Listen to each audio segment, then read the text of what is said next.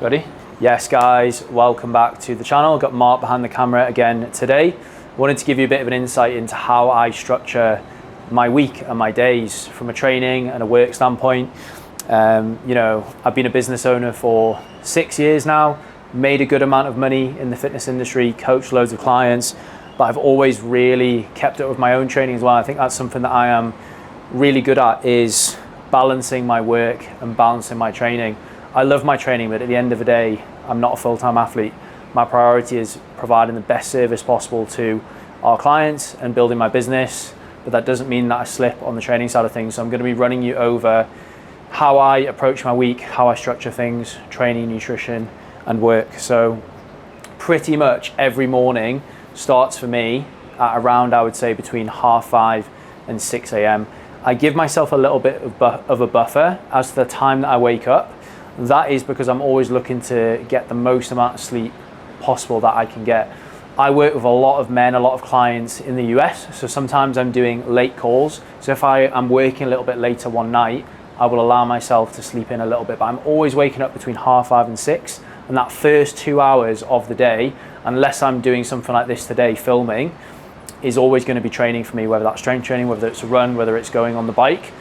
It's really, really important if you work a stressful career, if you've got a jam-packed life, you've got a family, you travel a lot, and you want to get into good shape, you have to make your training a non-negotiable. And that doesn't mean doing it at the same time every single day like I do, but I found that for me, this personally works right now. I used to move my training around, I used to look at my calendar, put it in at different times, but I've just found doing it early in the morning has worked really well for me. And because I work with a lot of men in the US, the time zone in Dubai is fantastic. It means I can knock out my training in the morning, do a little bit of work before people wake up. So what I did this morning, 6:30, I was on the bike for an hour, and then I had a team call, and then I jumped into some videography with Mark. But that is the first thing that I do, is make non-negotiable space in my calendar for my training.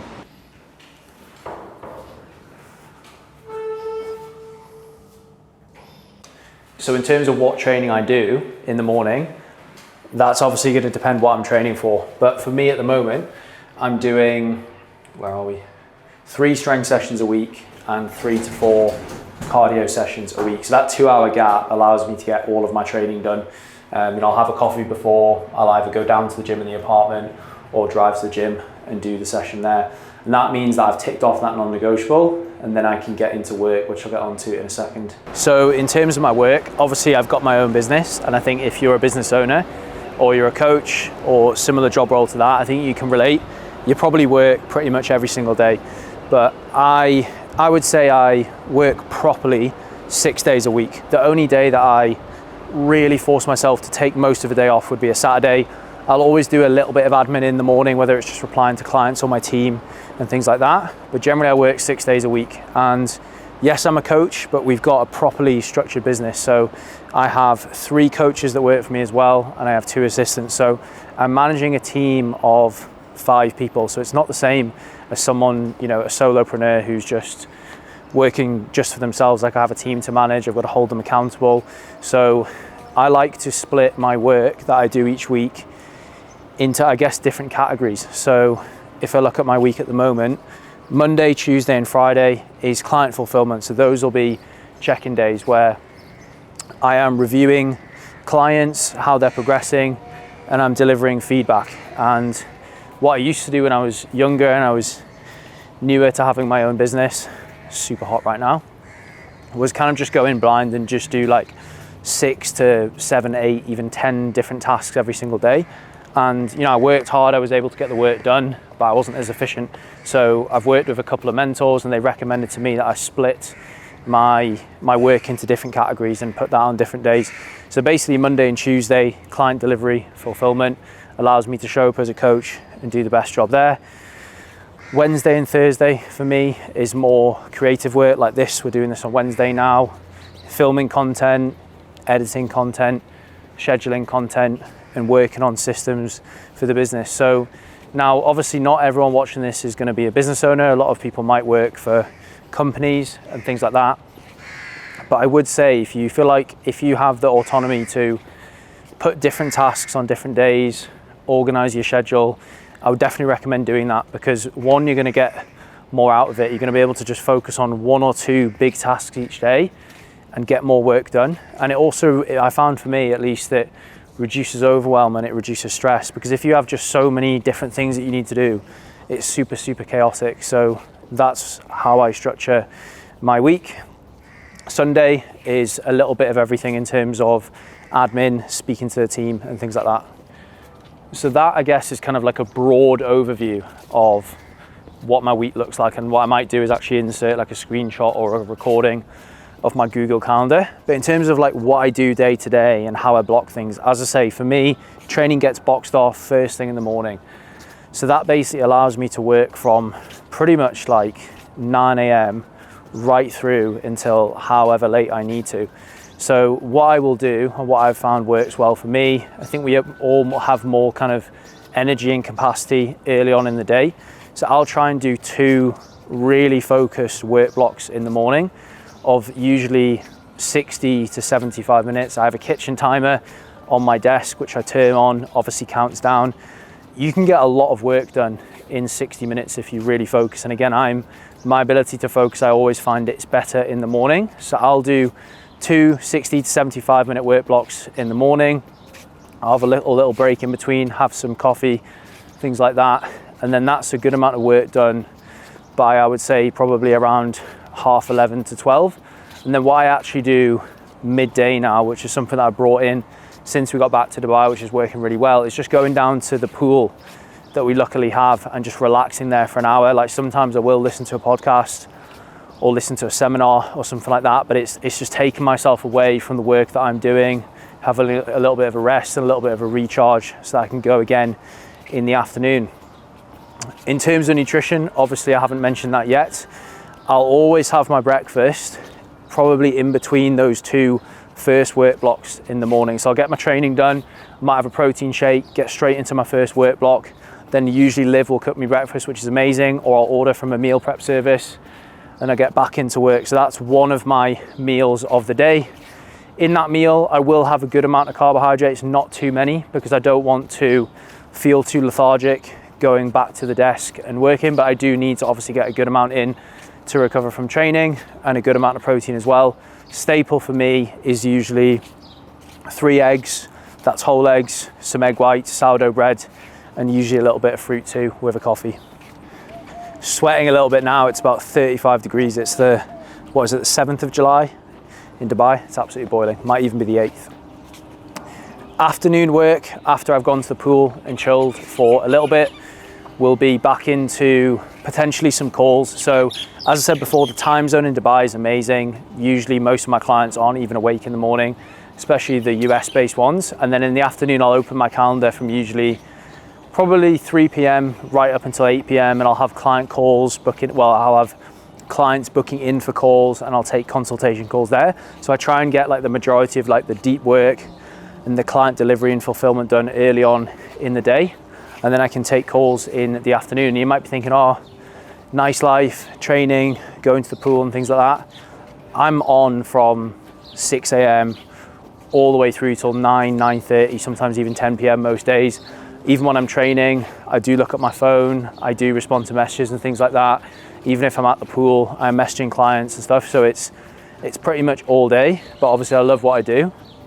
So I think that's what allows me to kind of keep my energy high. But as I say, afternoon calls, sales calls, things like that. And then usually on those days, on Wednesday and Thursday when I'm doing content, I will have planned what content I'm going to post on certain days, and then it's just a case of distributing that in the evening. And I'm actually looking to find some AI softwares that I can use now to help me free up a little bit of time there. So that's usually what my day will look like. And I've definitely become more rigid and structured with it recently over the last year. I used to be a little bit more chaotic and move things around. But the reason that I kind of wanted to make this video is because I work with a lot of business owners and I work with a lot of men who are self-employed, and these are the conversations that we'll actually have on our coaching calls. It's not even really about training and nutrition. It's about how do we improve consistency with training and nutrition. And often the reason that people are inconsistent is because they're not structuring their days properly and they're not organized. So I tell you now, if you can organize your work, whether that's you working for someone else or your business properly like this, the likelihood of you missing training sessions, the likelihood of you missing your nutrition targets and things like that are going to be a lot less. So you might be like, why are you talking about this sort of stuff? But for the sort of people that I work with, it's super, super important. So hopefully that's given you a little bit of an insight into, most importantly, the training. And the thing with that really was just keeping it a non-negotiable in the morning. I found that works best for me. And then how I structure my week in terms of what I do on different days. So 3 client delivery days, 1 admin day, and 2 creative system focused days. And then Saturday, I try and take mostly off apart from a few messages. In the morning, I realized I didn't talk too much about nutrition there. So obviously breakfast, I said it usually happens around about probably 10:30 after that first work block. That's obviously helping me recover from that training session and fueling me throughout the day, but I try not to place too many carbs in that meal. And then lunch, I'll usually almost always order from a meal prep company.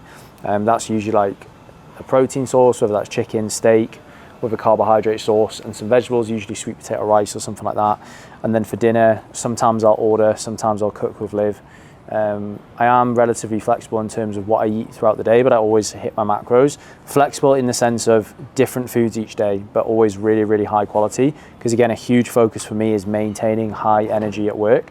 If I go and eat loads of processed foods, high carbs, high sugar, high fat, I'm going to find that my energy drops and I'm not going to be able to perform on specifically those afternoon calls.